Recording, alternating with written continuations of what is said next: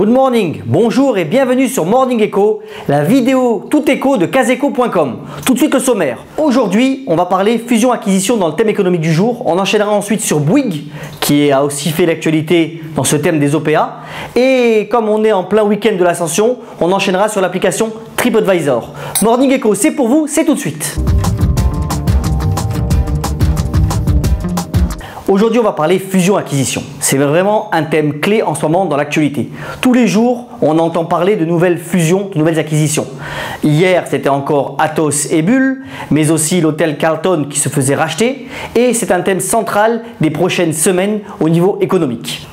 Le marché des fusions-acquisitions est vraiment reparti et les opérations vont encore se démultiplier dans les prochaines semaines et dans les prochains mois. Pourquoi? D'abord, on assiste à une reprise économique, certes légère, mais on est en reprise. Ensuite, les entreprises ont profité depuis 2007 pour se restructurer et amasser des quantités de cash considérables afin de pouvoir procéder à des acquisitions. Et c'est le moment car de nombreux chefs d'entreprise veulent relancer la croissance de leur chiffre d'affaires en procédant par croissance externe. Ensuite, les entreprises ont profité de la politique actuelle des banques centrales de maintenir des taux d'intérêt bas pour émettre des obligations et donc se financer à bas coût. En outre, les niveaux de valorisation pour racheter des entreprises sont faibles et sont encore très raisonnables. Enfin, il faut considérer aussi l'effet mode. On a peur d'être le dernier sur la liste à racheter des entreprises et donc à payer trop cher.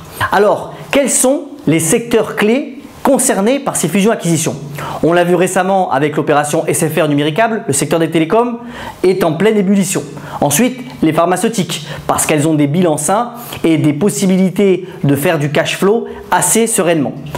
On peut parler aussi du secteur informatique, notamment avec l'opération Atos Bull. Mais d'autres secteurs sont concernés, le luxe, on peut considérer aussi que les boissons, l'agroalimentaire sont des secteurs qui vont montrer des opérations de fusion-acquisition dans les mois à venir. Aujourd'hui, on va parler de Bouygues. En effet, Bouygues fait l'actualité parce qu'on se demande quelle va être la suite de sa stratégie. Bouygues, c'est à la fois Bouygues Construction, Bouygues Immobilier, une forte participation dans Alstom qui est en processus de vente à General Electric ou à Siemens, mais aussi TF1 et Bouygues Telecom. D'abord, la filiale de téléphonie mobile, Bouygues Telecom, est en centre de multiples spéculations. Elle a raté son OPA sur SFR. Aujourd'hui, est-ce que Bouygues va être repris par Free ou va faire une fusion avec Free? Ou bien va-t-on insister à un rapprochement avec Orange et à quel prix? Là, le marché doute pour le moment. Ensuite, Bouygues va donc se désengager d'Alstom puisqu'Alstom va être vendu très prochainement et cette participation de 30% acquise en 2006 est environ valorisée à 3 milliards d'euros aujourd'hui. Maintenant, si on considère que Bouygues va se séparer de sa branche télécom, va se séparer d'Alstom, il va rester TF1, Bouygues Construction, Bouygues Immobilier et Colas. Mais ce sont des activités qui subissent de plein fouet la concurrence, en plus avec des croissances de chiffre d'affaires très moyens, donc Bouygues en réalité doit se réinventer. Pour le moment, le marché donne du crédit à Bouygues. L'action est en hausse de 20% depuis le début de l'année. Mais quid de sa nouvelle stratégie? Des pistes sont à explorer.